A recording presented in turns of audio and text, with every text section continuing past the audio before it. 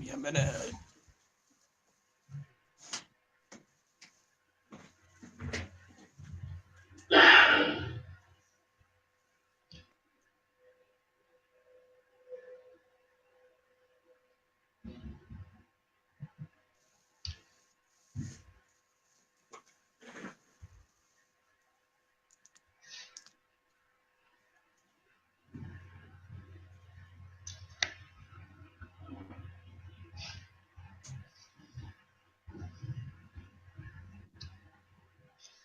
Okay, so hello everyone and welcome to FB Chatter.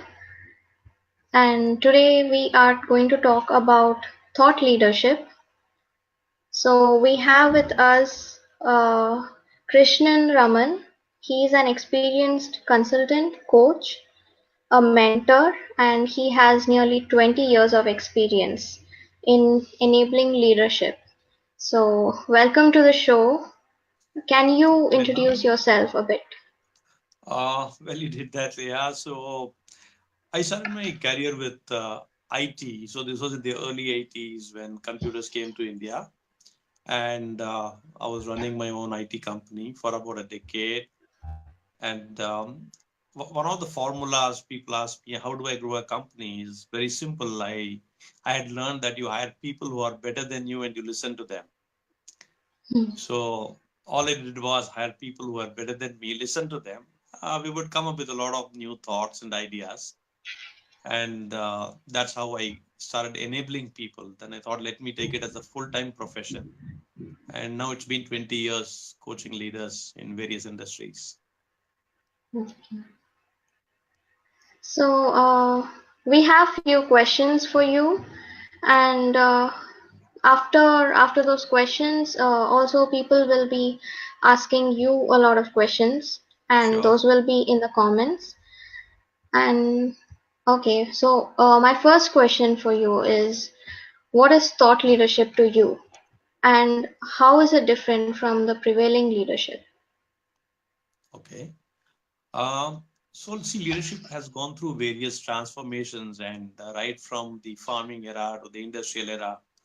Uh, Now this era is what is called knowledge worker era, where a lot of thoughts are flowing around, especially with the internet. So a thought leader, in my opinion, is somebody who comes up with new ideas, innovative ideas, who can inspire people with those ideas. And it doesn't remain a thought. Thought leaders are more like action leaders. So they're able to convert those ideas to reality. And then other people adopt that. They start following that. And so they become the go-to person. The thought leader is the go-to person, and they are usually subject matter experts in their own areas. Like Right. Simon Sinek is one of the thought leaders, or if you look at productivity, there's a person called Carson Tate, so she's a thought leader, and Tony Robbins. So each one in their own area is a thought leader, and they are the ones who turn ideas into realities. Okay. So how is it different from the prevailing leadership? Okay. See, when you say prevailing, you mean the earlier leadership. Is that what you're asking? Sorry? The current one is what is the thought leadership, right?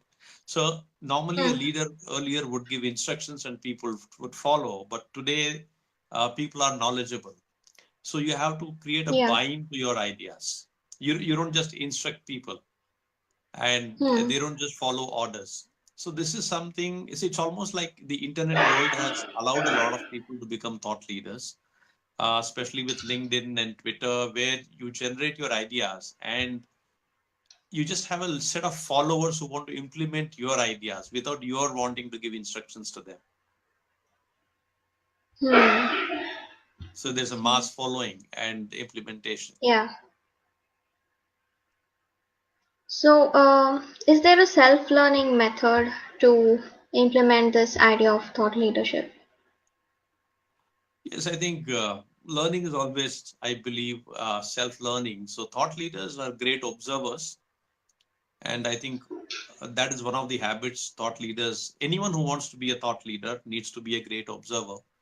They need to understand the current trends. They need to envision where the world is going and what is the requirement that the world needs. They are not taught, but they learn from others a lot, and they get into a daily habit pattern of reflecting, and Right. that's very important.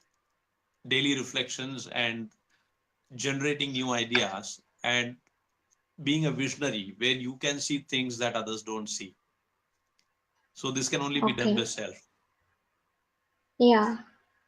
So it's observation and reflection after what you observe. Observation, reflection, watching the trends, seeing what works, what doesn't work. uh, Yeah. like if you see earlier, phones all had buttons, and then Steve Jobs came up with a new thought that why have buttons in the first place, and then Hmm. comes up with a touch phone, and everybody is following that, and they see that it's really Yeah. working. So it has to be Yeah. implementable, and you need to find ways to implement. uh, Execution is a key to thought leadership, so it doesn't end with thoughts, it has to end with Right. execution. So So the action ability to has to execute. take place. Yeah. So the thought leaders are also great at executing their thoughts and putting them into action.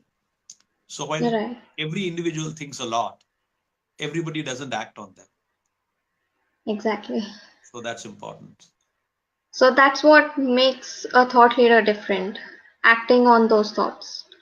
Acting, ensuring the success and showing results, and in Hmm. a sustainable way. It should Okay. not be a flash in the pan. Yeah. Okay. So you do conduct a lot of training programs. So can you tell us a little about that? What kind of Uh, programs are those? So what I learned early in my career is that you actually train animals. You don't train people, even though this term comes from the industrial era where people were trained how to use machines, or you get Yeah. trained how to drive a car. But in a knowledge worker era, you're not training people, you're enabling them. So what happens as a coach or a facilitator, as I call myself, and not really a trainer, is understanding where people want to go, and it requires asking people the right set of questions that Hmm. helps them think differently. So I have to enable a paradigm shift. And Yeah. once I do that, I need to give them a set of tools that they can practice to build new skills that they never have, or which they need to acquire for where they want to reach. Hmm. So it's a model where the mind has to shift, some new tools have to be introduced, and new skill sets have to be built. So that happens when you ask them questions, make them ponder over things. Sorry, I lost you, Leha. Can you repeat that? No, I said that happens when you question them, make them ponder over things. Yes, from their point of view, and not questioning for the sake of questioning, something that triggers an insight. That's the key. If the Yeah. questions don't trigger an insight, then learning is not facilitated. Yeah.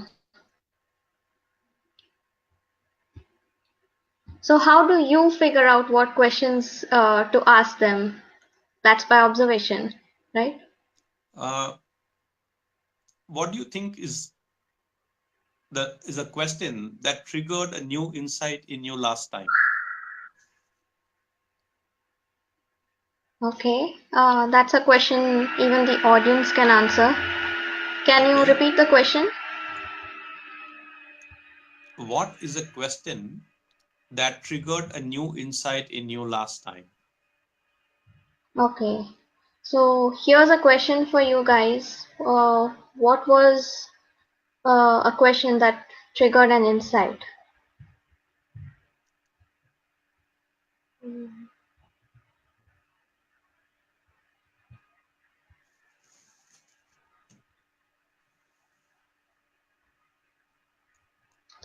For me, it is, sometimes I watch some videos or I read some books, and mostly it is videos on life.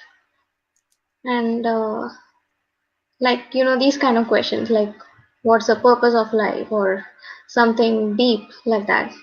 That makes me think. Great. So what I did, Leha, was just to tell you what I do. So you asked me a question, and I asked you a Yeah. written question which was connected with what you wanted. So that's what I do. Hmm. So it was a small Okay. example of you asked, what do I really do? I pick up the thread from the people who want to learn. I observe where their mind is going, and my Yeah. questions are completely based on their thought patterns. Okay. So But it here doesn't trigger new Suchita insights. says, right. Suchita says, what is the objective? The objective of what, Suchita? Uh, Uh, I want to know the subject. What is the objective of what? Asking objective. questions.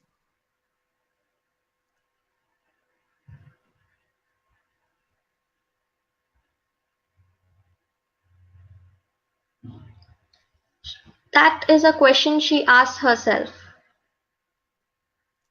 This is Yes, in see, when she, response to the question you asked right now.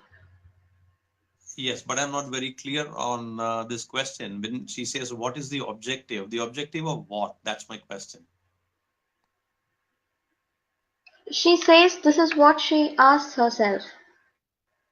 Oh, thank you. That's a Thanks, Suchita. question. That's a question I ask myself when I want a solution. That's what she says.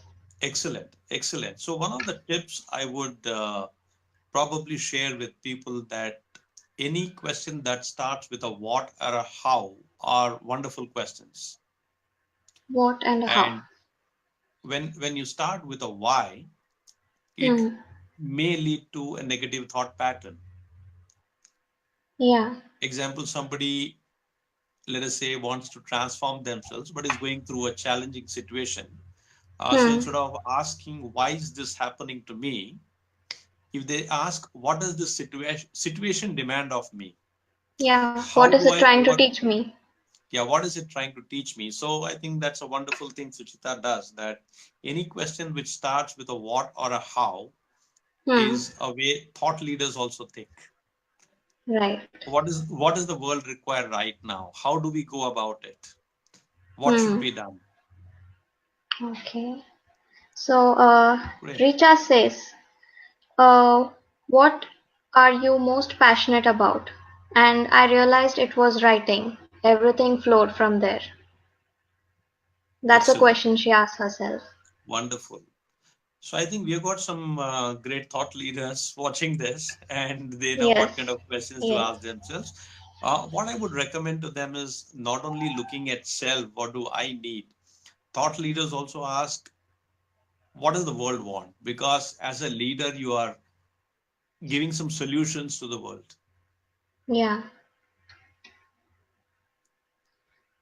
Okay, there's one more. Sitaram says, reading the latest book by Yuval Noah Harari made me analyze my own deepest beliefs. Excellent. So I think thought leaders are also great readers. So they read a lot. Yeah. So you Yeah. asked what are the methodologies? So I would say one of the approaches, let me say, is taking out time every day to read, Hmm. reflect, uh, come up with new solutions for the challenges they see every day. Yeah. Our Great. entire community loves to read. That's nice. Yeah. Okay, so So my can I next share question for something? you. Can I share Yeah, something yeah, with the sure. community? Sure, sure. So something that I try to, you know, promote is wisdom leadership more than just thought leadership. Okay. So when I was a child, I used to read a lot, and I'm sharing this because we got a lot of readers in the community. Yeah. So my father asked me one day, "Why do you read?" And I said, "It gives me knowledge." Hmm. And my father said, "Reading doesn't give knowledge; it only gives information." Yeah. So I asked him, "What is knowledge?" And he told me that if you pick up a book and read that rubbing two pieces of stone creates fire, That's only information. Now, when you start applying that and you can create that fire yourself by rubbing those two pieces of stone, then it becomes your knowledge. Right. So reading gives information. Information, when applied, becomes knowledge. And then he went further and he said, once you have knowledge how to create a fire, you could either create fire to cook food for people, or you can burn a house. So Create knowledge or when used, distract. so knowledge when used wisely becomes wisdom. Yeah. So today you will find a lot of thought leaders. They're applying their thoughts. Innovation is happening, but the world seems to be getting more stressed. Yeah. There are more challenges with, farming where pesticides have increased. Global warming is Yeah. happening. So I would also request all the thought leaders who are attending this chat that along with your thought, use the wisdom to see whether that thought should be applied or not Yes. for the masses. Yeah. Yeah. That's a beautiful thought. Thank you for allowing me to share that. Okay. So, in all your experience as a coach, in which area do you think people face the most difficulty? I think taking their own choices and holding themselves accountable for that. Uh, Most of the time, people are used to instructions. Hmm. So, as a kid, they are instructed by their parents what to do. Then in school, teachers instruct them. Then, even as adults, they take approvals from their bosses. So, Hmm. most of the time, their choices are not governed by their own ideas. And that's the biggest struggle people face. They're also afraid to take choices because if you take your own choices, then you are accountable for that. You can't blame somebody else. Yeah.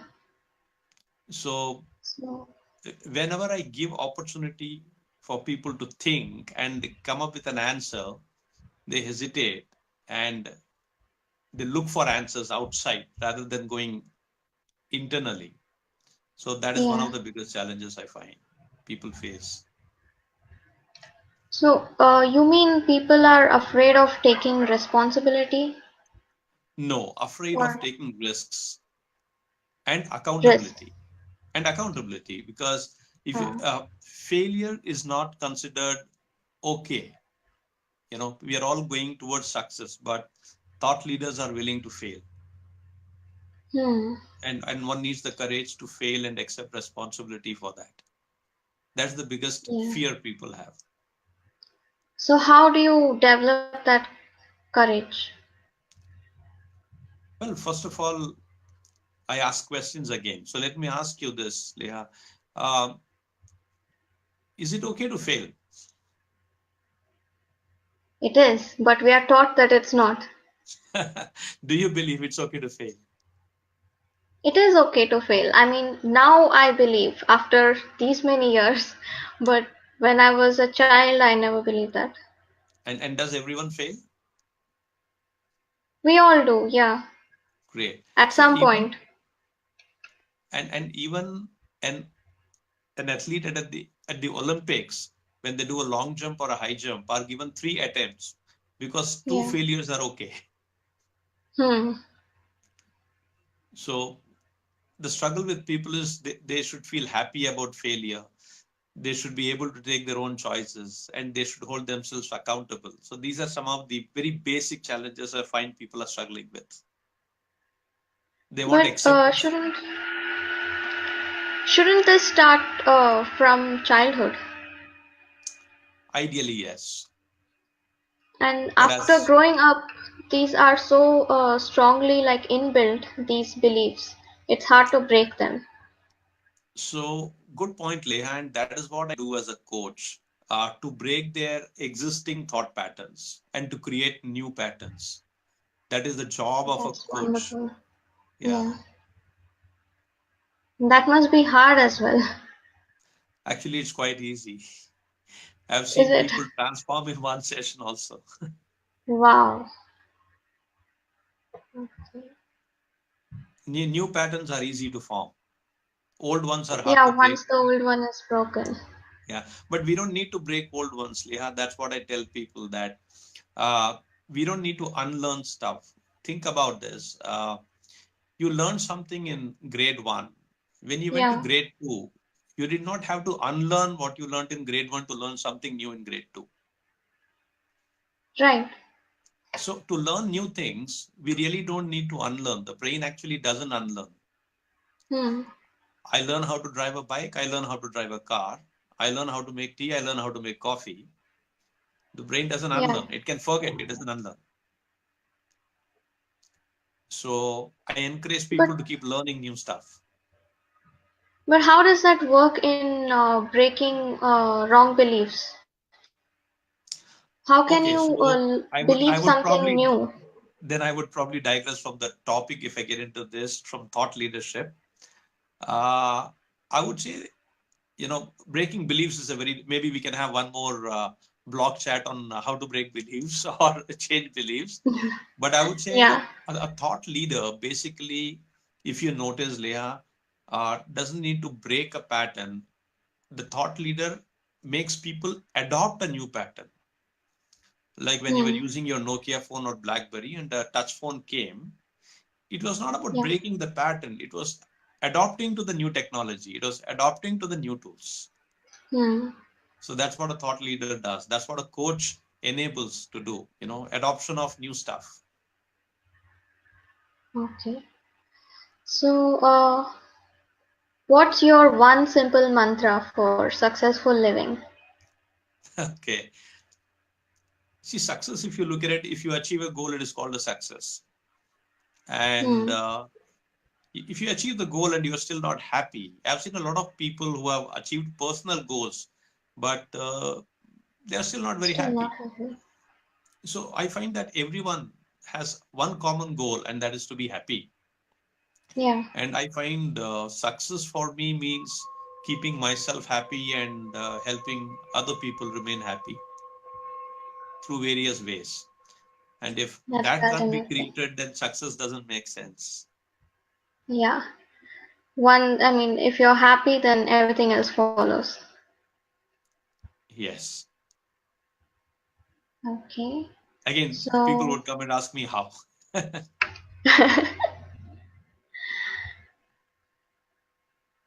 actually, if you're happy, you're in the right mindset, so you can make right decisions, you can focus clearly. Am I right? Yes. So my dad taught me that disappointment is directly proportional to expectations. Hmm. So I learned a few things.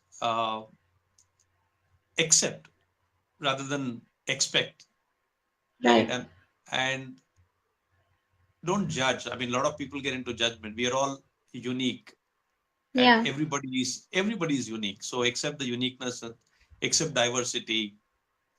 Hmm. Uh, just live in the moment. Today Yeah. mindfulness is another topic, which is something people want to adopt. Be Yeah. mindful of Very what much. you are doing. Yes. Yeah. So that helps people remain happy. Yeah. So for me, It success means actually. happiness. Okay. So,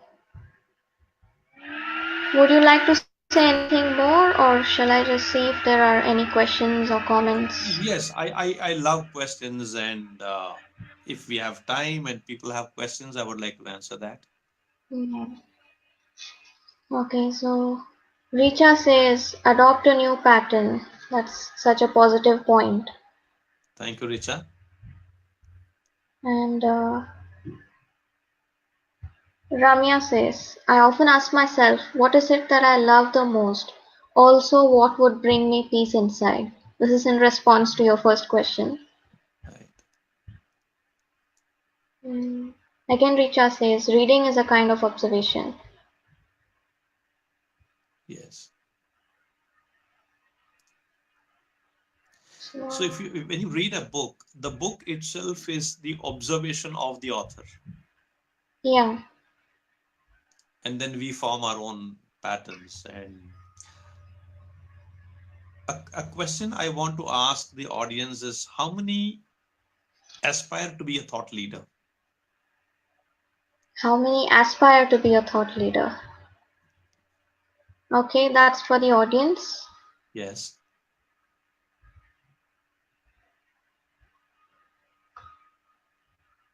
Ramya says, taking this point home, accept rather than expect. Perfect. Thank you, Ramya. Okay, there's a question from Richa. I have a question in terms of thought leadership. Do you feel offline touch points are needed, or can one be a leader purely through online, say blog or social media? I certainly believe that the face-to-face connect, the real connect, the offline touch points are definitely needed.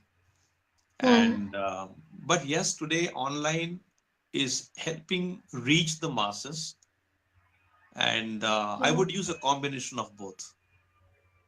Yeah, that's a good I'm still idea. learning the social media stuff. Yeah. There are actually many youngsters use social media, so it could be a good platform. But like you said, if we combine offline and online, that can have an impact.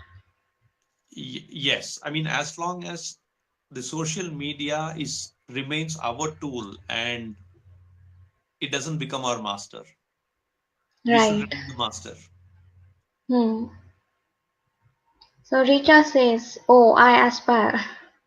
In response to your question, who wants to be Great. a thought leader? So Leha, for having got me into this chat, I would offer this to people, those who want to aspire. You could share my mail ID or phone number with them, and I would love to see them grow, Definitely. because my mission is to help people grow and be happy. Yeah, definitely. Yeah. I would do that. And Suchita says, how do you take someone to becoming a thought leader? It's a journey. I travel with them through the journey. Hmm. Right? It's like asking, how do you take people to the Everest? So the person has to travel with them. You walk with them through the Yeah. whole thing. And in that process, I reach the Everest too. Sometimes they Yes. take me. Huh. So you learn from them and they learn from you. Yes. So Leha, as you know, I write a thought every day, and you've Yes. seen me, put some actions along with that, because Yeah. a thought without action is has no value, It's just a thought. right? And I encourage people that whatever thought they have, they should act upon it every day. Yes. And if So, people uh, want to check that later on, you can share with them. They could probably. I've just started going on Insta to post it, yeah. right? And I believe everyone is a thought leader. Everyone has the potential to become a thought leader. But just like a seed has the potential to become a tree, but it needs to be nurtured.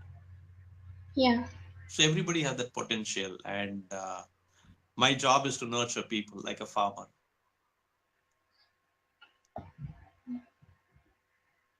One more question. Yeah. Why we always find easy to teach people but difficult to implement what we have learned? For example, thought leadership.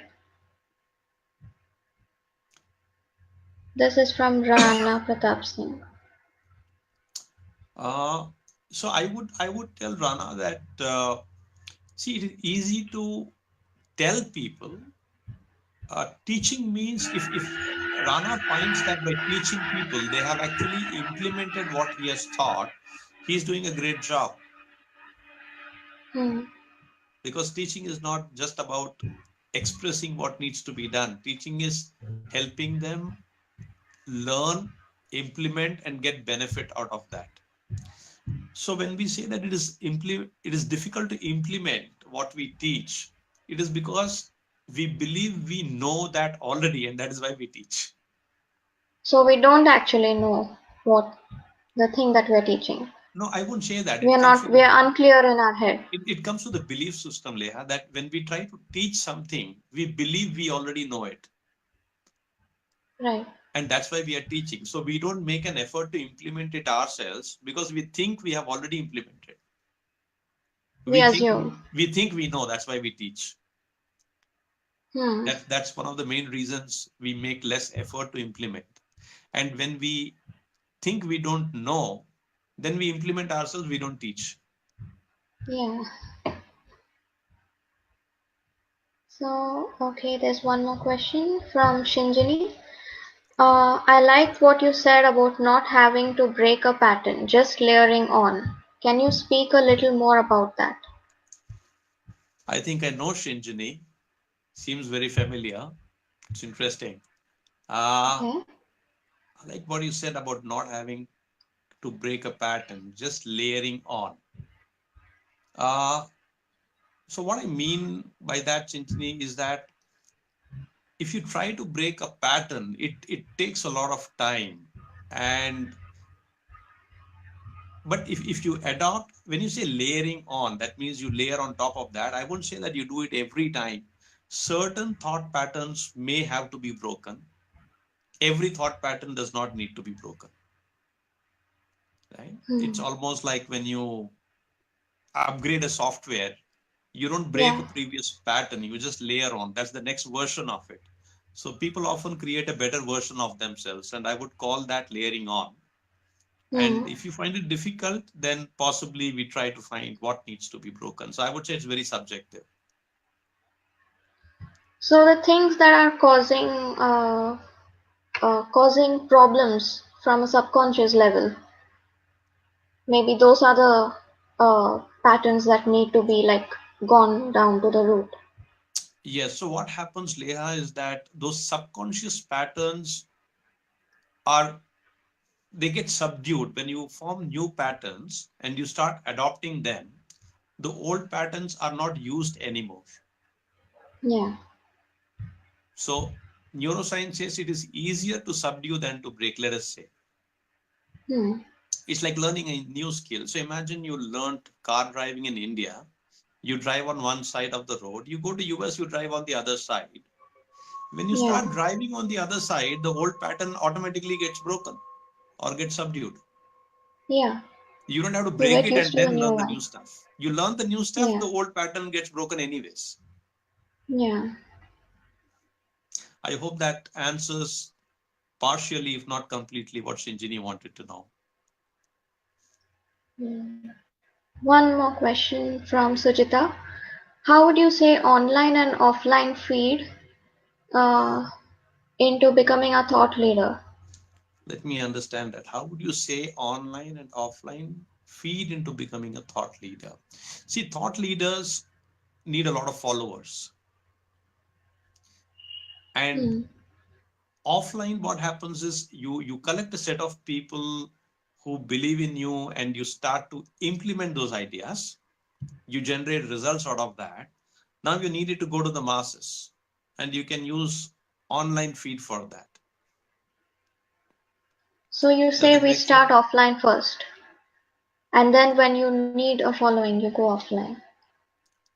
Yes, I mean, without validating your thought, without knowing how it works, why would you want to go online? You won't test online. You would test offline and then Yeah. share it online. Hmm. Of course, you can straight away go online to start generating ideas. But Yeah. if you're a thought leader, think about this. All thought leaders, they developed their ideas and then came online. They did not do it the other way around. Right. So you need to have your ideas first prepared. Prepared, tested, validated, then Yeah. come on and see how When many you're followers you get. confident. Yeah, Yeah. And Shinjini has responded. She says, yes, hi Krishnan. nice. And It's a pleasant she also surprise. she also says this helped your answer. Thank you. And there's something from Sitaram.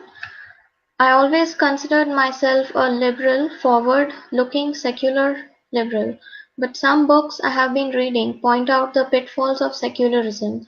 or at least what is the common meaning of secularism. For example, when at war, secularism and pacifism do not help, finding it difficult to accept my deepest belief undermined, not able to accept this. This is quite a deep thought and slightly off the subject that we are discussing. So, is it okay if Sitaram connects with me one to one and I can answer that for him? Yeah, definitely. Sure. Uh, let's see if there are. Yeah, Richa agrees to what you say. You need to have your ideas, thoughts flow in place before going online. And Yes, yeah, Richa. And because when you go online, you are going to get a lot of questions. People asking, wanting to know how yeah, it really works. So you should have tried that. you should be prepared to What is the answer that. pattern of thought leaders thinking? Uh, Definitely different from the common man's thinking. More like an outlier, Hmm. almost like a rebel, Okay. and because they are trying to turn things around. So initially, Yeah. these thought leaders may get a lot of resistance. They should be ready for it because while they are thinking different, most of them will say this idea will not work, Yeah. and they need to be ready for that. So So they they, need to they be need to be inventors. inventors and they need to be strong on their points so they remain unaffected when they receive such Yes, but validate rejections. a lot. Like even Einstein got trapped Yeah. into some thought patterns which he thought was right, Mm. and he worked so deeply in his belief. Much later, he realized he was on the wrong track. Yeah. So thought leaders have to be very careful uh, not to get trapped into their belief system without validating whether it works or not. Hmm. So the trial and error method will not really work. Yes, I mean, my own trap is my own paradigms. I sometimes get trapped into that too. Yeah. Okay. So let's see if there are any more comments.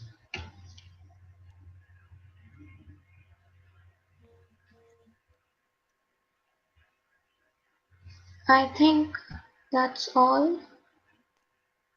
Uh, is there anything else you would like to share before we round it Uh, up?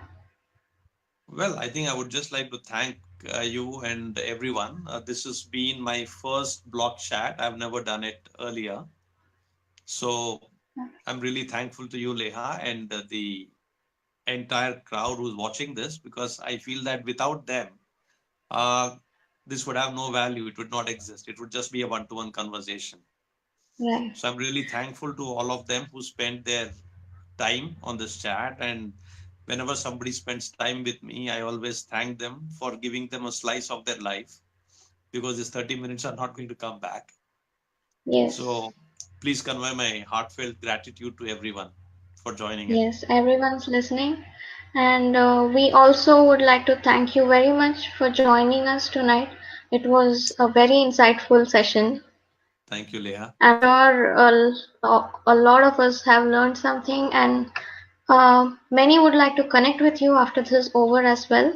I would be Yeah, glad. like Sitaram says, he wants to talk to you about the question that he asked earlier. Sure. And so, thank you so much, and thank you everyone for tuning in. So, have a good night. Thank Thank you. you. Thanks, Leah. Thanks, everyone. So, should I log off?